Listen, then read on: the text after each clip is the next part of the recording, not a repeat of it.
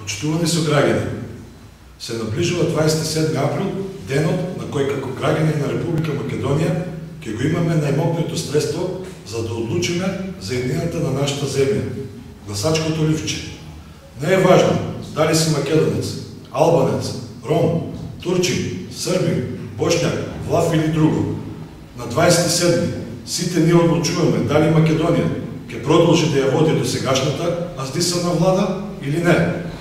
Мега скандалите со грчката фирма Актор, тешка 3,5 милиони евра, продажбата на Македонска банка, Скопје, тешка 2,4 милиони евра, донацијата од 80.000 евра во кеш на Загорец Тумбовски, купениот имот вреден 1,6 милиони евра на име на ДПМН, го покажа вистинското лице на божевниот реформатор, кој 8 години со неговата програма и преродба се надградуваше и профишируваше на грбот на граѓаните, глумејки честност и работливост.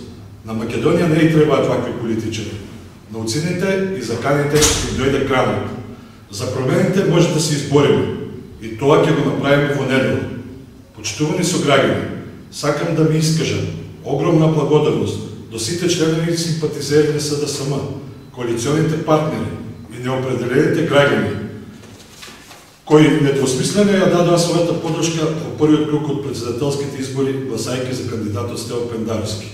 Не се сомневам дека и во недела, на 27 април, нашите кандидати ќе добијат уште поголема подршка за да ја прославиме победата на ДПМН.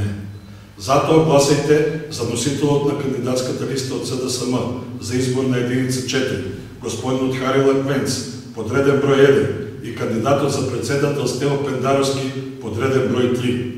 Македонија заслужува председател. Македонија заслужува промени. Македонија сака нов почеток. Да живее Република Македонија.